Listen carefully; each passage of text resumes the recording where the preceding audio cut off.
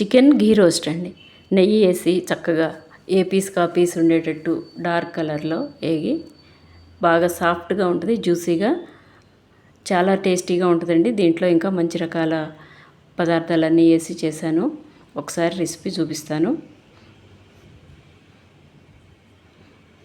ముక్క చిదిరిపోకుండా ఏ పీస్ కా పీస్ ఉంటుంది, అట్లా చక్కగా రసంలోకి దాంట్లోకి నంచుకొని తినడానికి బాగుంటుంది అనమాట. రెసిపీ చూపిస్తున్నాను ఇప్పుడు. ఫస్ట్ చికెను నీట్గా శుభ్రంగా కడిగి అసలేమీ వాటర్ ఎక్స్ట్రా లేకుండా నీళ్ళన్నీ వడపోసేసి ఒక బౌల్లో తీసుకొని అల్లం వెల్లిపాయ పేస్టు గ్రైండ్ చేసి ఉంచి దీనికి బాగా చేతులతోటి అట్లా పట్టించాలండి. ఒక అరగంట నాననివ్వాలి, దాన్ని అట్లా వదిలేసేయాలి.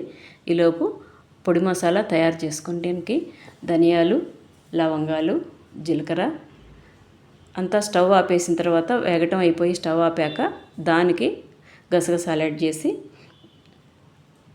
ఈలోపు ప్యాన్ ఒకటి పెట్టేసి దాంట్లో ఓన్లీ నెయ్యి వేయాలండి, అసలు ఆయిల్ ఏమేయద్దు. నెయ్యి పూర్తిగా వేడెక్కక ముందే చికెన్ పీసెస్ యాడ్ చేయాలి.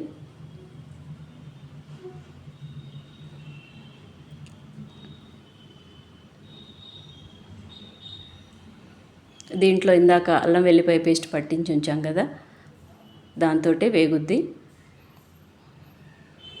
ముక్కలు చెక్కు చెదరకుండా ఉండటాని కోసం గరిట అంచుల నుంచి అట్లా కలుపుతూ ఉంటే ముక్కలు తునిగిపోకుండా అట్లా ఉంటాయండి. ఏ పీస్ కా పీసు ఉండటానికి బాగుంటుంది.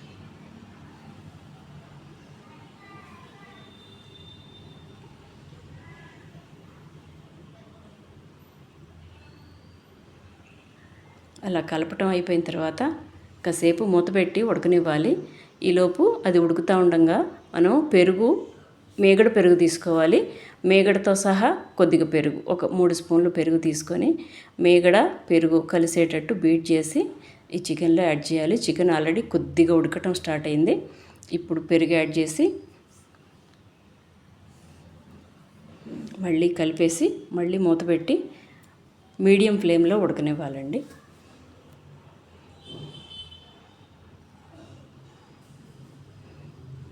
ఇది బాగా రుచిగా ఉంటుందండి. మీరు కూడా ఈ రెసిపీ ఇంట్లో ట్రై చేయండి.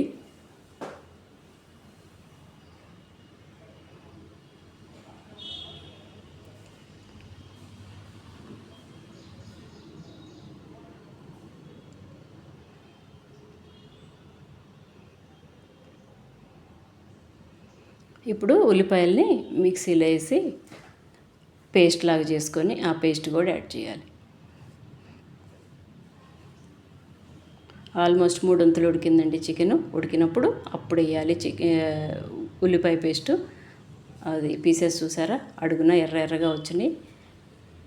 ఇప్పుడు సాల్ట్ వేసేసి కారము, ఇందాక గ్రైండ్ చేసుకుంటా పెట్టాం కదా గరం మసాలా, అదంతా కూడా దీనికి యాడ్ చేసుకోవాలండి. మసాలా కొద్దిగా డార్క్ కలర్ వచ్చేదాకా వేయించుకుంటే ఇట్లా మంచి కలర్ వస్తుంది అన్నమాట. లైట్గా వేయించితే ఈ కలర్ రాదు. జాగ్రత్తగా ముక్కలు పాడైపోకుండా ఇప్పుడు బాగా ఉడికిపోయింది కదా, ఏ పీసెస్ కా పీసెస్ రాకుండా జాగ్రత్తగా కలుపుకోవాలి.